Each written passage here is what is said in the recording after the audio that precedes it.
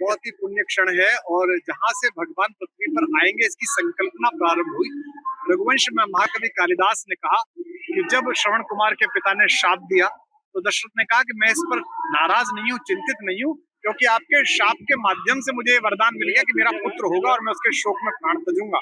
तो भगवान राम की संकल्पना उस जन्म में जो त्रेता में पधारे वो इसी पुण्य भूमि से प्रारंभ हुई और हजारों हजार लोग सुनने आए, बड़ा आनंद। आज आप अयोध्या आए थे, अयोध्या में कितना बदलाव आपने देखा, कैसा लगा?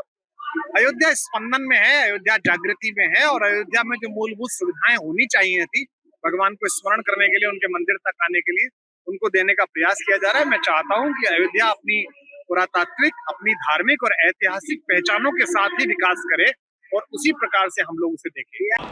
राजा भी कैसा जो 5 कर्मेंद्रियों और 5 ज्ञानेंद्रियों को अपनी वश में रखकर वल्गा संभाल कर 10 रथों को एक साथ चलाता हो, ऐसा दशरथ जब मृगया के लिए निकले तो इसी तमसा के किनारे पर सुबह ही सुबह पानी भरते हुए एक युवक के तुम्बी के स्वर को उन्होंने हरिण के पानी पीने को समझा और तीर चला दिया। अज्ञात था, कोई अपराध सोचकर नहीं किया गया था। हमारे पुलिस के अधिकारी बैठे हैं जो हमारे आईपीएस महोदय हैं, इनके यहाँ एक धारा होती है गैर इरादतन हत्या।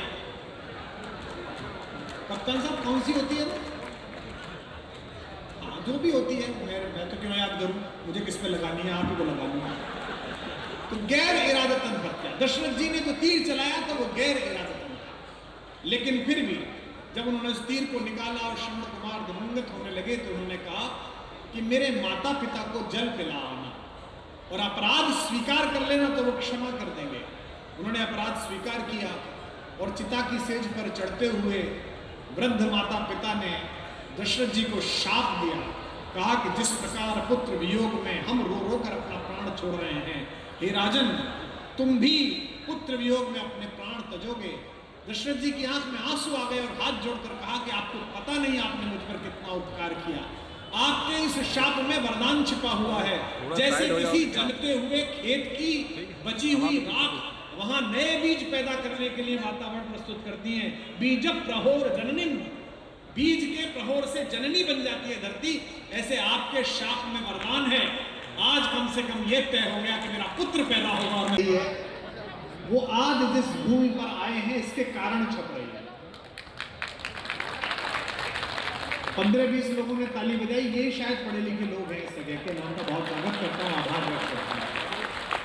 कुछ लोग ऐसे जिन्हें संभव से ना पता होगा, मंच पर तो जो बाहर से कभी आए हैं शायद उन्हें ना पता हो, विश्व की पहली कविता इसी भूमि पर लिखी गई जहां हम बैठे हुए हैं, जहां हम खड़े हुए हैं। सुबह सुबह तमसा नदी में स्नान करके, तमिश्रा में स्नान करके महर्षि वाल्मीकि बाहर आए और एक पेड़ पर बैठे हुए क्रंच पक्षियों के जोड़ों में एक वधिक ने तीर मार दिया और उसमें नर क्रंच की मृत्यु हो गई। तो मादा क्रंच ने जो विलाप किया उसको सुनकर महर्षि वाल्मीकि के हृदय में जो पीड़ा हुई, जो शोक पैदा हुआ, वो श्लोक के रूप में प्रस्फुटित हुआ। अनुष्टुप छंद में पहला श्लोक लिखा गया और महर्षि नारद से उन्होंने पूछा कि ये क्या चीज थी जिसकी मात्राएं समान थी और जिसमें लय थी, एक गति थी। तो महर्षि नारद ने कहा ये माता सरस्वती की पुत्री भगवती कविता कल्याणी है, इसके माध्यम से ही विश्व का कल्याण होगा। जब पूछा महर्षि ने कि मैं इसका क्या उपयोग करूं, तो उन्होंने कहा किसी तेजस्वी क्रांतिकारी युग परिवर्तक भगवत व्यक्तित्व पर कविता लिखो। और ऐसा कौन व्यक्ति है? तो महर्षि ने कहा कि इक्ष्वाक वंश प्रभवो रामो नाम जना श्रुता, इक्ष्वाक वंश में राम नाम का एक युवक हुआ है, उस पर कविता लिखो। जिस राम को घर घर पहुंचाने के लिए जिस कविता की पहली आविष्कृति जिस जमीन पर हुई हो, वहां एक एक व्यक्ति को महर्षि वाल्मीकि समझकर मैं सादर प्रणाम करता हूं। आप सबके हृदय में वाल्मीकि जाते हैं। कई बार आप जिस जगह पैदा होते हैं उस जगह का महत्व पता नहीं चलता। जो पीछे हमारे युवा लोग आए हैं, जो इस आकर्षण में चले आए कि टीवी पर जिसे देखते हैं वो आया है, कपिल के शो में जिसे देखते हैं वो आया है, मैं उन्हें सूचना दूं कि तुमको स्वयं यह सौभाग्य पता नहीं होगा जो तुम्हारे अंदर घटित हुआ। हमसे पूछिए जो हम लोग नोएडा जैसी जगह पर रहते हैं, जहाँ की कोई संस्कृति ही नहीं है, हम मिक्स वेज हैं, कोई सब्जी नहीं है, इधर वाला कहीं और का, इधर वाला कहीं और का है। आप जहां पैदा हुए हैं इसकी एक संस्कृति है कि जब से पृथ्वी शुरू हुई है तब से आपकी संस्कृति है, तब से आपका नाम अयोध्या प्रणाम करता हूं। अपार जन समूह पीछे तक बैठा है। दो छोटी समस्याएं इस कार्यक्रम के वास्तु में हैं। एक तो ये कि बीचों बीच मीडिया स्टैंड बन गया, जिसके पीछे लोग छिप गए हैं, वो दिखाई कम दे रहे हैं, जो भी समस्या है। और एक जो सचमुच सुनने वाली जनता है वो पीछे फंसी हुई है, वहाँ उनकी तालियां यहाँ तक नहीं आ पा रही हैं। तो आप पर भी थोड़ी जिम्मेदारी है कि आपकी भी तालियां उठें। बड़ा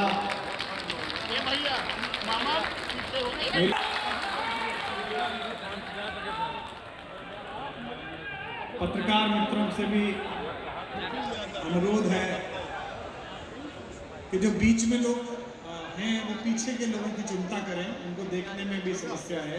यदि भी स्क्रीन लगाए हुए हैं बहुत। अभी अपने अम्बेडकर नगर का एक ऐसा कवि जिसे पूरे भारत में इन दिनों स्वीकार किया जा रहा है, जो मुझे बहुत प्रिय है, बहुत राष्ट्रवादी और बड़ा तेजस्वी बालक है। आपने अपने इस लाल के लिए, अपने इस बेटे के लिए स्वतः स्फूर्त तालियां बजाई, लेकिन मंच के संचालक होने के नाते मेरा अनुरोध है कि एक बार जोरदार तालियां बजाकर अभय सिंह निर्भील को स्नेह दीजिएगा। उसके बगल में राजधानी महाराष्ट्र की जो है मुंबई के कार्यक्रम हो, उसकी आमद और उसकी पहुंच अपने आप में आश्वस्ति है कि कविता पढ़ी जाएगी। ऐसी राजधानी लखनऊ से आई हुई साक्षी तिवारी के लिए भी एक बार आपकी तालियां गूंजे। ये आज के कवि हैं। मेरा नाम कवि के रूप में कुमार विश्वास है। थोड़ी लज्जा शेष हो तो एक बार मेरे लिए भी तालियां बजाइएगा। कवियों को मैं सूचना दे दूं, आपको तो पता ही है कि विश्व भर में जो कविता वो पढ़ रहे हैं। आपके राज्य की खबरें, आपके शहर की खबरें सबसे पहले जानने के लिए देखते रहें अमर उजाला। चैनल को सब्सक्राइब जरूर कर लें और पाएं हर अपडेट।